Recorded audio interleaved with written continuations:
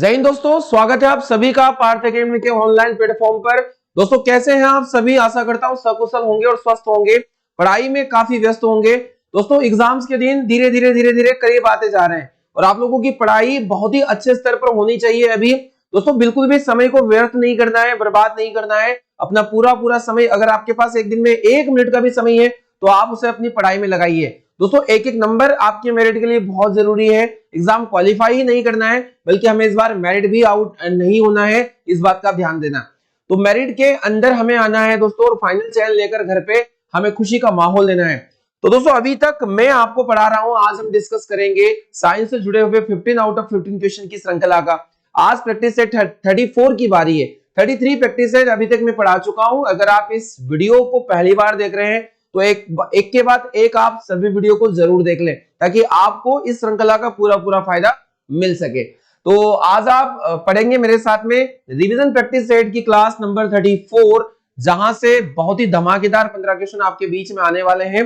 दोस्तों निकालिएगा नोट्स और मेरे साथ शुरू करते हैं आज का ये बहुत ही महत्वपूर्ण सेशन।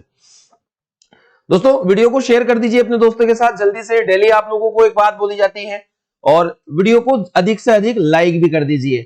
चलिए पहला क्वेश्चन देखिएगा और शुरू करते हैं। आज इसको हम समझना। फर्स्ट क्वेश्चन आपकी स्क्रीन पर है, अवतल दर्पण में परछाई कैसी बनती है, बता देना है। तो अवतल दर्पण क्या होता है पहले देखते हैं।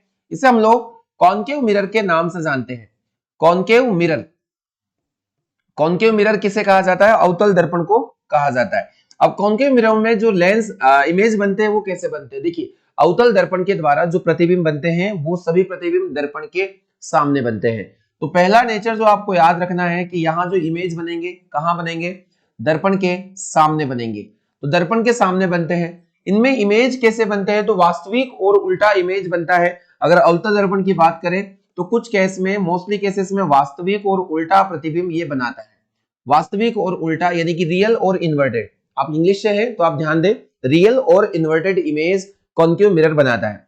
कुछ कंडीशन ऐसी होती है जहां पर आभासी और सीधा प्रतिबिंब भी अवतल दर्पण के द्वारा बनता है। तो आभासी सीधा प्रतिबिंब कब बनेगा? तो ये कंडीशंस भी आपको समझना है कि मोस्टली केसेस में तो वास्तविक और उल्टा प्रतिबिंब और कुछ केसेस में आभासी और सीधा प्रतिबिंब अवतल दर्पण बनते हुए देखने को पाया गया। तो यहां हम लोग देखेंगे कि अवतल दर्पण में परछाई वास्तविक तो बनेगी ही, आभासी भी बनेगी, यानी कि ऑप्शन नंबर सी, ए और सी दोनों सही होने वाला है। अवतल दर्पण के यूज क्या है? तो इसके यूज हम लोग देखें तो आप सभी को पता होना चाहिए कि वाहनों में हेडलाइट के रूप में किसका उपयोग किया जाता है? तो हेडलाइट के रूप में अवतल दर्पण का प्रयोग करेंगे। वही ईएनटी डॉक्टर सूक्ष्म निरीक्षण में जो आंख नाक गले के डॉक्टर होते हैं तो ईएनटी डॉक्टर द्वारा इसका यूज किया जाता है। वही आपको एक बात याद रखना है, हजामत बनाने वाला शीशा, तो हजामत बनाने वाले शीशे में भी क्या यूज किया जाता है? तो अवतल दर्पण। वही सोलर कुकर भी दोस्तों ध्यान देना है, सोलर कुकर से क्वेश्चन एग्जाम में आते हैं। तो सोलर कुकर में क्या प्रयोग किया जाता है? अवतल दर्पण प्रयोग किया जाता है। तो इतने सारे टर्म्स आपको एक प्रश्न से समझ में आने चाहिए। क्वेश्चन नंबर 2 है आप सभी के लिए, एसआई प्रणाली में वायुमंडलीय दाब का एसआई मात्रक क्या होगा? एसआई सिस्टम में या एसआई प्रणाली में एसआई यूनिट किसका यूनिट पूछा गया है? वायुमंडलीय दाब का या एटमॉस्फेरिक प्रेशर का। तो बताइएगा कि वायुमंडलीय दाब का एसआई मात्रक क्या होता है। केवल दाब अगर पूछा जाता तो केवल दाब के लिए यहां पर पास्कल हो जाता, पर दोस्तों यहाँ वायुमंडलीय दाब पूछा गया है। 4 ऑप्शन देख लेते हैं, न्यूटन, मीटर, प्रकाश वर्ष और दूरी। न्यूटन, देखिए न्यूटन किसका मात्रक होगा? तो बल का एसआई मात्रक न्यूटन होगा। वही अगर हम मीटर की बात करें तो दूरी और विस्थापन इन दोनों का एसआई यूनिट क्या हो जाता है? डिस्प्लेसमेंट और डिस्टेंस, इन दोनों का एसआई यूनिट मीटर हो जाएगा। वही अगर हम लोग लाइट ईयर की बात करें, प्रकाश दूरी या प्रकाश वर्ष, तो प्रकाश वर्ष दूरी का मात्रक है और पास्कल यहाँ पर देके रखा है। दोस्तों यहाँ पर इसके ऑप्शन में थोड़ी गड़बड़ी है क्योंकि वायुमंडलीय दाब का एसआई मात्रक मैं आपको बताने वाला हूं, ये होता है बार। क्या होता है? बार। वायुमंडलीय दाब का एसआई यूनिट बार होगा और जो पास्कल होगा वो केवल दाब का होगा। तो आपको सही जवाब लिख लेना है। देखिए हमें यहाँ आंसर से मतलब है, हमें आंसर चाहिए होते हैं कि हमें 4 ऑप्शन में 4 ऑप्शन के आंसर क्या है। तो आप सभी के समक्ष यहाँ पर है कि पास्कल केवल दाब का होगा और हाँ अगर ये दाब से रिलेटेड है तो आप वायुमंडलीय दाब को यहाँ पर लगा सकते हैं पास्कल, अगर आपको 4 ऑप्शन लगाना है तो। पर यहाँ पर इसका सही जवाब होगा बार। अब दोस्तों वायुमंडलीय दाब आपको क्लियर हुआ, किससे मेजर किया जाता है वायुमंडलीय दाब? तो अगर वायुमंडलीय दाब को मापना है तो बैरोमीटर का इस्तेमाल करना पड़ेगा, बैरोमीटर का इस्तेमाल करना पड़ेगा, जिसकी खोज ई टॉर्सली नामक वैज्ञानिक ने की थी। अब 3 रीडिंग आप लोगों को पता है कि अगर बैरोमीटर का रीडिंग अचानक नीचे गिरता है तो आंधी या तूफान आने की संभावना होगी, अगर ये धीरे धीरे नीचे गिरता है तो बारिश होने की संभावना होगी, और ये राइज अप करता है तो यानी ऊपर चढ़ता है तो मौसम साफ रहने की संभावनाएं बनती है। तो क्या ये क्वेश्चन समझ में आ गए? सही जवाब पास्कल हो जाएगा, पर ये दाब के लिए होगा और वायुमंडलीय दाब के लिए हो जाएगा बार।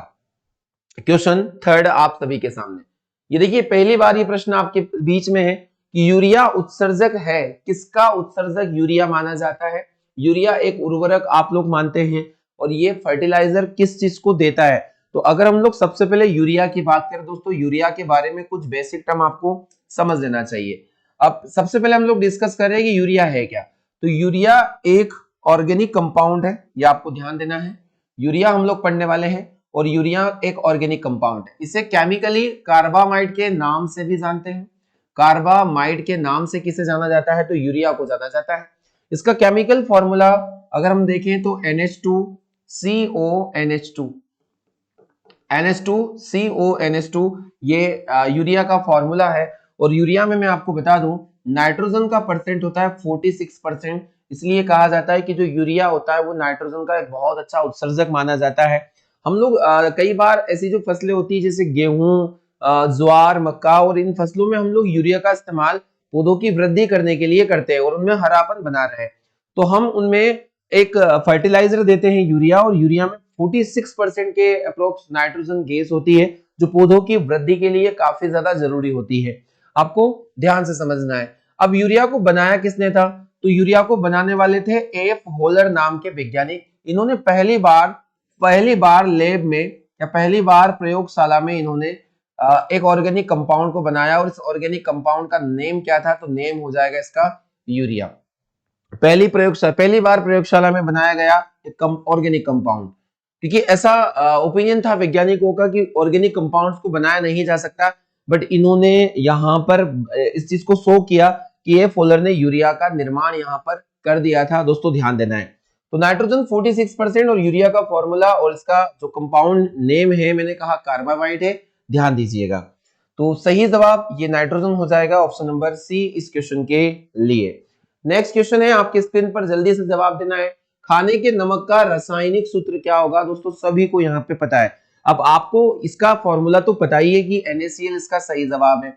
ये H2SO4 होगा, तो H2SO4 किसका होता है? तो ये हो जाएगा सल्फ्यूरिक अम्ल का। किसका फॉर्मूला हो जाएगा? सल्फ्यूरिक अम्ल या H2SO4। कैमेनोफोर क्या होता है? तो पोटेशियम परमैंगनेट लिखना है, कॉपी में लिखते चलना है ये सारे फॉर्मूले। पोटेशियम परमैंगनेट, केवल आंसर से आपको मतलब नहीं होना चाहिए, इसके अलावा जो क्वेश्चन आ रहे हैं उनको भी ध्यान दें आप। ZnO क्या होता है? तो जिंक ऑक्साइड को ZnO कहा जाता है, जिंक ऑक्साइड से फिलोसोफर वुल भी कहा जाता है, ध्यान दीजिएगा। तो साधारण नमक NaCl जिसका रासायनिक नाम होगा सोडियम क्लोराइड। ये नाम इस बार जरूर आएगा आपके एग्जाम में और हमेशा पूछा जाता है।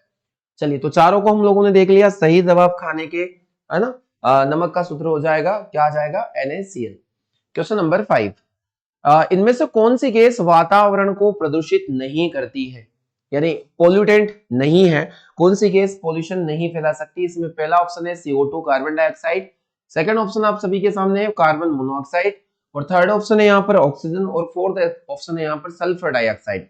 अब दोस्तों बताना है कि इसमें से कौन गैस जो वातावरण को प्रदूषित नहीं कर सकती। तो इसमें सही जवाब आप सभी को पता है, कार्बन डाइऑक्साइड कहीं ना कहीं इंडस्ट्रियल एरिया से निकलती है और ये एक पोल्यूटेंट गैस है क्योंकि ये पोल्यूशन फैलाती है। कार्बन मोनोऑक्साइड की बात करें तो कार्बन मोनोऑक्साइड दोस्तों ध्यान देना है कि जितने भी वाहन होते हैं उन वाहनों से धुएं के रूप में कार्बन मोनोऑक्साइड गैस निकलती है और बहुत ही विषाक्त गैस है, बहुत ही हानिकारक गैस है।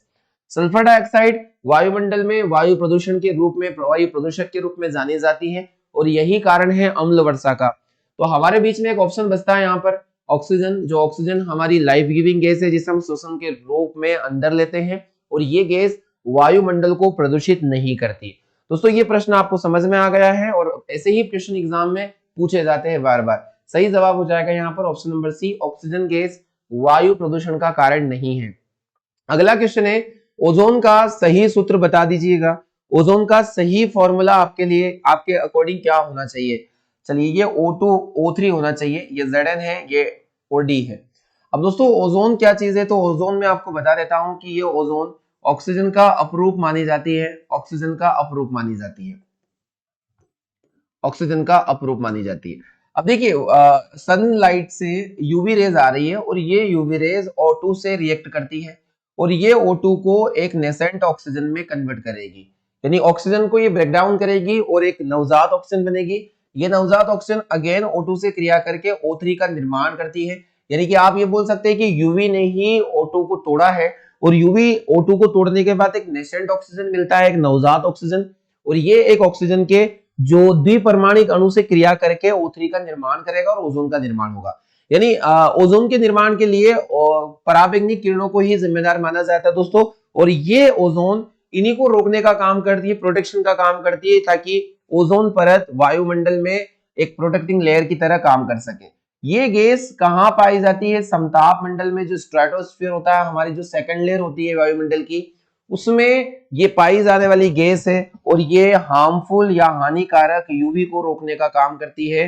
जो हानिकारक यूवी गैस होती है, यूवी गैस होती है, यूवी विकिरण होती है, इस यूवी विकिरण को ये रोकने का कार्य करती है, हानिकारक यूवी या अल्ट्रावायलेट रे को रोकने का कार्य करती है। दोस्तों ध्यान दीजिएगा इस बात पर, समताप मंडल और ये ऑक्सीजन का अपरूप है, सही जवाब इसका O3 हो जाएगा कि O3 ओजोन याद रखिएगा। 1984 में अंटार्कटिका रीजन में इसमें एक छिद्र देखा गया, यानी वहां इसकी डेंसिटी कम मिली गई और इसका प्रमुख कारण माना गया CFC या क्लोरोफ्लोरोकार्बन गैस, जो रेफ्रिजरेटर और फ्रिज से निकलती है। आपको ये जानकारी समझ में आई होगी। चलिए नेक्स्ट क्वेश्चन को देखते हैं। फलों का खट्टा होना किसका कारण है? क्वेश्चन नंबर 7 है आज के सेशन में। दोस्तों अगर क्वेश्चन बहुत अच्छे लग रहे हैं तो वीडियो को अपने दोस्तों के साथ शेयर जरूर किया करें। ये निःशुल्क कक्षाएं सभी के लिए पूर्णतः निःशुल्क है और इस बार 2025 में आर्मी भर्ती की संपूर्ण तैयारी आप लोगों के बीच में संस्था पार्थ एकेडमी के द्वारा कराई गई है। दोस्तों ये कक्षाएं पूर्णतः निःशुल्क रही है सभी के लिए और बड़े बड़े ही अच्छे प्रश्न यहाँ पर हम लोगों ने देखे और आज मैं आपको 34 पार्ट पढ़ा रहा हूँ दोस्तों। और जीके में भी रवि सर के द्वारा काफी अच्छी क्लासेस प्रोवाइड की जा रही है, आप उन्हें भी जरूर देखें ताकि जीके आपका बहुत अच्छा हो जाए। चलिए फलों का खट्टा होना किसका कारण है?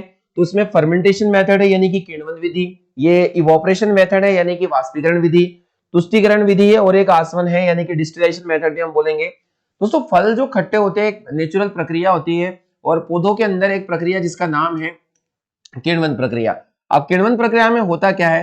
तो किण्वन प्रक्रिया में जो जटिल पदार्थ होते हैं, यानी जो कॉम्प्लेक्स फूड मटेरियल है या कॉम्प्लेक्स ऑर्गेनिक मटेरियल है, वो सिंपल यानी कि सरल पदार्थ में बदलते हैं। जटिल पदार्थ किस में बदलते हैं? सरल पदार्थों में बदलते हैं और इसी प्रक्रिया को हम किण्वन के नाम से जानते हैं। तो किण्वन प्रक्रिया, फलों का खट्टा होना किसकी वजह से हो जाएगा? तो फलों का खट्टा होना किण्वन प्रक्रिया के द्वारा। अब एग्जाम में एक प्रश्न पूछा जा सकता है, फलों का मीठा होना। तो फलों का मीठा होना किस शर्करा की वजह से? तो इसका नाम आ जाएगा फ्रक्टोज शर्करा। और फ्रक्टोज शर्करा के कारण जो फल होते हैं वो क्या होते हैं? मीठे होते हैं। तो फ्रक्टोज शुगर के कारण फलों का मीठा होना होता है। तो चलिए सही जवाब किण्वन प्रक्रिया इसके लिए हो गया। क्वेश्चन नंबर 8 है, विटामिन सी की कमी से कौन सा रोग होता है? दोस्तों विटामिनों से कई सारे क्वेश्चन आते हैं तो सारे न्यूट्रिएंट्स बहुत अच्छे से पढ़ लेना है। तो विटामिन सी की कमी से रोग आपको बताना है। देखिए यहां पर अगर हम देखें तो विटामिन सी की कमी से होता है, हम लोग वो भी देखने वाले हैं रतौंधी क्या है। तो रतौंधी जो रोग होता है ये विटामिन ए की कमी से होता है और इस रोग में क्या होता है कि रात्रिकालीन या रात्रि समय में दिखाई नहीं देता, रात्रि समय में दिखाई न देना। तो इस रोग में रात्रि के समय दिखाई नहीं देता है, तो इसी को हम लोग बोलते हैं रतौंधी या नाइट ब्लाइंडनेस के नाम से इसको जानते हैं। दोस्तों स्कर्वी क्या होता है? तो स्कर्वी जो डिसीज होता है ये विटामिन सी की कमी से होता है, विटामिन सी की कमी से। और यह मसूड़ों से संबंधित एक प्रॉब्लम है कि मसूड़ों में सूजन आ जाता है, मसूड़ों में सूजन आ जाता है और रक्त का बहाव शुरू हो जाता है। तो रक्त बहाव यहां से स्टार्ट हो जाएगा, दोस्तों ध्यान देना है। तो विटामिन सी की कमी से स्कर्वी होगा।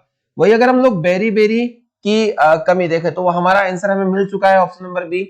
हम लोग इन सभी ऑप्शन को समझने के लिए यहाँ पर है ताकि अगली बार जब भी कोई क्वेश्चन बने एग्जाम में वो यहां से बने। बेरी बेरी विटामिन बी की कमी से होगा, विटामिन बी की कमी से होगा और इसमें क्या होगा कि बेरी बेरी में शरीर की उपापचयी प्रक्रियाएं गड़बड़ हो जाती है। उपापचयी प्रक्रिया गड़बड़ हो जाती है कि जितनी भी मेटाबॉलिक रिएक्शन हमारे अंदर होती है वो गड़बड़ हो जाती है। रिकेट्स की बात करें तो रिकेट्स होता है विटामिन डी की कमी से, तो विटामिन डी की कमी से रिकेट्स होगा और इसमें हड्डियों में कमजोरी आ जाती है। दोस्तों ध्यान देना है, हड्डियां कमजोर हो जाती है। हड्डियां क्या हो जाएगी? कमजोर हो जाना। तो हड्डियों का कमजोर हो जाना रिकेट्स की वजह से। सही जवाब हमारे लिए ऑप्शन नंबर बी। देखिए आंसर हमने लगाया है बट हमने साथ में 4 ऑप्शन को भी डिस्कस किया है। ये आपके एग्जाम्स के लिए टॉप लेवल के क्वेश्चन है दोस्तों। यकीन मानिएगा क्वेश्चन ऐसे आएंगे जैसे आपको बोर्ड पे दिखाई दे रहे हैं, इसलिए बहुत अच्छे से पढ़ ले। और एक चीज और भी मैं आपको क्लियर कर रहा हूं, आप मेरी बात कान खोलकर सुन लीजिएगा। प्रैक्टिस सेट 1 से लगाकर प्रैक्टिस सेट अभी तक के आज का प्रैक्टिस सेट है 34। ये 34 क्लासों के वीडियो को एक बार और देख लीजिएगा दोस्तों, तो कंफर्म हो जाएंगी क्लासेस। एग्जाम्स के पहले ये काम जरूर कर लेना, तो मैं श्योर कि आपका एक भी प्रश्न एग्जाम में बाहर जाते हुए आपको नहीं मिलेगा। और मैंने बोला है कि नोट्स बनाइए और नोट्स बनाकर उनको रिवीजन भी आप कीजिए। चलिए क्वेश्चन नंबर 9, रिकेट्स किसकी कमी से। देखिए अभी हम लोगों ने पढ़ा कि रिकेट्स किसकी कमी के कारण होने वाली बीमारी है, तो क्या विटामिन सी इसका सही है? नहीं दोस्तों, इसका विटामिन सी नहीं होगा। विटामिन सी तो हमने देखा अभी कि विटामिन सी से क्या होता है, स्कर्वी होता है। अब विटामिन बी बेरी बेरी होता है। विटामिन ए, तो विटामिन ए से रतौंधी होगा। और रिकेट्स के लिए हमने पढ़ा था विटामिन डी, ये हड्डियों से जुड़ा हुआ एक रोग है। अब मैं 2 नाम और पढ़ा रहा हूं वेरी इंपोर्टेंट, जो बोन से रिलेटेड है। पहला नाम आपको याद रखना है, एक बीमारी जिसका नाम होता है ऑस्टियोपोरोसिस नाम का रोग। ऑस्टियोपोरोसिस नाम का रोग, देखिए ऑस्टियोलॉजी हड्डियों का अध्ययन होता है और इसी का हिंदी नाम भी होता है अस्थि सुशीरता नाम का रोग। तो अस्थि सुशीरता नाम का रोग, इसमें क्या होगा दोस्तों, हड्डियों में छिद्र हो जाते हैं, हड्डियों में पोर्स बन जाते हैं, हड्डियों में छिद्र बन जाते हैं। इस स्थिति को ऑस्टियोपोरोसिस नाम का रोग कहा जाता है। क्या आपको याद रहेगा? एक बीमारी होती है जिसका नाम है ऑस्टियोमलेशिया। क्या कहेंगे इसे? ऑस्टियोमलेशिया नाम का रोग। तो ऑस्टियोमलेशिया नाम के रोग में क्या होगा कि लंबे समय तक विटामिन डी की कमी या कैल्शियम की कमी होती है, तो हड्डियों में टेढ़ापन, हड्डियां मुड़ जाती है, तो हड्डियों में टेढ़ापन आ जाता है। तो हड्डियों में इस टेढ़ेपन को, हड्डियों में टेढ़ापन, दोस्तों लिख दीजिएगा, मैं सही से बोल रहा हूं, आपको ध्यान दे। तो हड्डियों में टेढ़ापन किसकी वजह से आ जाएगा? तो टेढ़ापन आ जाएगा ऑस्टियोमलेशिया में। तो सही जवाब हमने यहाँ 9 के लिए देख लिया, ऑप्शन नंबर डी। ये 2 नाम जरूर लिख दे, मोस्ट इंपोर्टेंट है एग्जाम्स के लिए।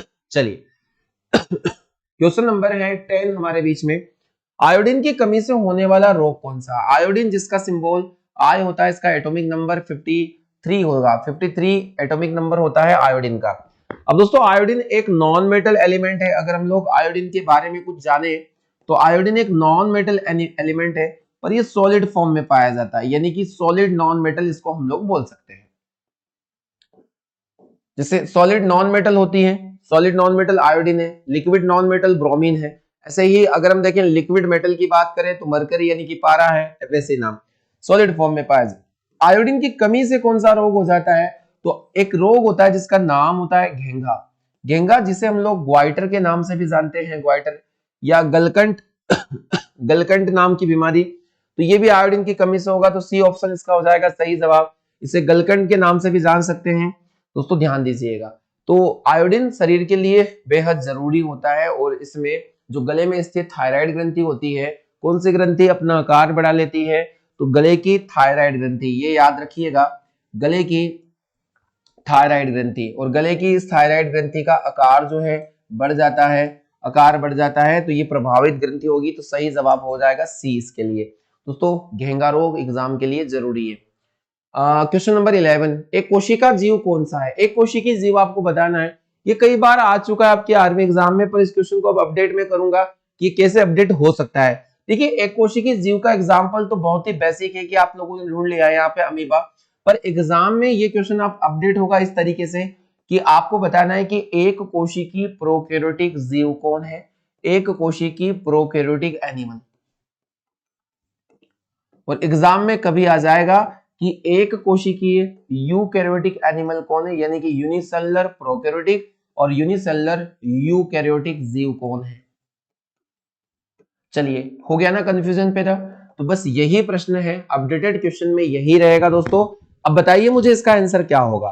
एक कोशिकी प्रोकैरियोटिक में नाम आ जाता है बैक्टीरिया का या जीवाणु का, कि एक सेल है और वो एक ही कोशिका, ना तो उसके अंदर केंद्रक है, वो नॉन डेवलप्ड सेल है, वो प्रोकैरियोटिक सेल है, यानी कि प्रिमिटिव सेल्स। और जब एक कोशिका हो और वो भी यूकैरियोटिक हो, यानी कि प्रॉपर विकसित केंद्रक होगा, सारे कोशिकांग होंगे, तो इसमें नाम आ जाएगा अमीबा का। दोस्तों अमीबा, पैरामीशियम, यूग्लिना, ये सब इसी के एग्जाम्पल हैं। अमीबा, पैरामीशियम और यूग्लिना, ये तीन जीव याद रख लीजिएगा, अपने नोट्स में इन्हें इन्वॉल्व करें। दोस्तों ये क्लासेस एक धमाकेदार क्लासेस हैं, और मैंने बोला है एग्जाम यहां से बनेगा आपका। मैं बोल रहा हूं, मैंने ये नहीं बोला कि एग्जाम में ये आएंगे, मैं बोल रहा हूं एग्जाम यहां से बनेगा। तो आप समझ सकते हैं इन दो बातों में बहुत बड़ा फर्क है। तो सही जवाब हमारे लिए हो जाएगा अमीबा, एक कोशिकी यूकैरियोटिक एनिमल, और ये सबसे प्रिमिटिव सेल्स मानी जाती है। क्वेश्चन नंबर 12 है, सबसे लंबी आयु किसकी होती है। दोस्तों सभी को पता होगा, ये बहुत ही बेसिक क्वेश्चन है कि इनमें से जो जीव दिखाई दे रहा है, जिसमें ऑप्शन है हाथी, कछुआ, बाघ और नेवला, तो हाथी, कछुआ, बाघ और नेवले में सबसे लंबी आयु किसकी मानोगे आप। तो सबसे लंबी आयु आप लोगों को पता है कि 300 से 400 वर्ष तक जिंदा रहने वाला एक जीव, जिसका नाम है कछुआ। तो जो कछुआ है ये एक प्रकार का सरीसृप होता है, रेप्टाइल होता है। अगर हम लोग बात करें तो ये क्या है, सरीसृप, ये सरीसृप है या रेप्टाइल है जो रेंग कर चलता है। तो कछुआ सबसे लंबी आयु का जीव है, ये सामान्यतः 300 से 400 वर्ष तक जी सकता है। दोस्तों इसकी एज, कछुए की एज सबसे ज्यादा होती है। चलिए तो यहां पर आपका सही जवाब हो जाएगा कछुआ। क्वेश्चन नंबर 13, हाशिगेस इनमें से कौन है। तो ये भी क्वेश्चन रिपीट हो चुका है, पहले मैं आपको बता चुका हूं। ऑप्शन नंबर बी, इसका नाम क्या हो जाएगा, तो नाइट्रस ऑक्साइड गैस। सभी को आता है ये क्वेश्चन। तो नाइट्रस ऑक्साइड गैस, जो क्वेश्चन यूनिक लगते हैं आप अपने कॉपी में नोट जरूर करें दोस्तों, लिखने से डरे नहीं, लिख ले, ताकि कल सिलेक्शन में भी आपको डर ना रहे। MgCl2 मैग्नीशियम क्लोराइड, NaOH क्या होता है, तो ये सोडियम हाइड्रोक्साइड होता है, सोडियम हाइड्रोक्साइड। दोस्तों इसे हम लोग कास्टिक सोडा के नाम से भी जानते हैं, इसे हम कास्टिक सोडा के नाम से जानते हैं। तो कास्टिक सोडा क्या है, तो कास्टिक सोडा सोडियम हाइड्रोक्साइड होगा। यहां सही जवाब हो जाएगा N2O। क्वेश्चन नंबर 14, सूर्य का प्रकाश में कौन सा विटामिन पाया जाता है, ये बताना। देखो विटामिनों से लेकर आज के सेशन में काफी ज्यादा क्वेश्चन है। तो सूर्य के प्रकाश में या सनलाइट में कौन सा विटामिन सबसे ज्यादा मात्रा में है। पहला ऑप्शन है vitamin A, vitamin B, vitamin C, vitamin D. किस विटामिन से हमें हड्डियों को मजबूती, और विटामिन डी सनलाइट विटामिन, तो यहां हम देखेंगे किस विटामिन को सनशाइन विटामिन कहेंगे, तो विटामिन डी को।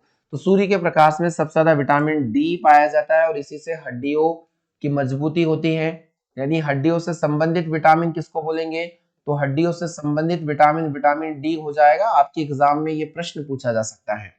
और मैंने यहाँ डिस्कस किया है, विटामिन ए थायमिन बोलेंगे, और इससे रतौंधी होगा विटामिन बी। विटामिन ए माफी चाहूंगा रेटिनॉल बोलेंगे, और इससे हो जाएगा क्या, रतौंधी। विटामिन बी थायमिन कहेंगे, इससे beriberi. Vitamin C ascorbic acid होगा, और इससे हो जाएगा स्कर्वील। तो दोस्तों ध्यान दीजिएगा, क्वेश्चन नंबर 15 की तरफ हम लोग करने वाले हैं मूव। अगला प्रश्न है, बेरी-बेरी रोग किस विटामिन की कमी से होता है। दोस्तों ये अभी मैंने तुरंत आपसे डिस्कस किया है, ऑप्शन नंबर बी इस प्रश्न का हो जाएगा सही जवाब। आज विटामिनों को लेकर 3 से 4 क्वेश्चन मैंने सेशन में रखे थे, और जो काफी जरूरी है। तो चलिए आज हमने 34 सेशन कंप्लीट किया है दोस्तों, बहुत ही अच्छे सेशन है। वीडियो को शेयर कीजिएगा, और वीडियो पर पहली बार आप आए हैं तो चैनल को सब्सक्राइब कीजिए, और पास आया बेल आइकन को जरूर दबाएं, ताकि आने वाले वीडियो की नोटिफिकेशन आपको सबसे पहले मिल सके। तो हम मिलते हैं कल के सेशन में 35 प्रैक्टिस सेट के साथ में। तब तक अपना ख्याल रखें, अपनी पढ़ाई जारी रखें, और बहुत ही अच्छे से मेहनत करें। आप सभी का बहुत बहुत धन्यवाद।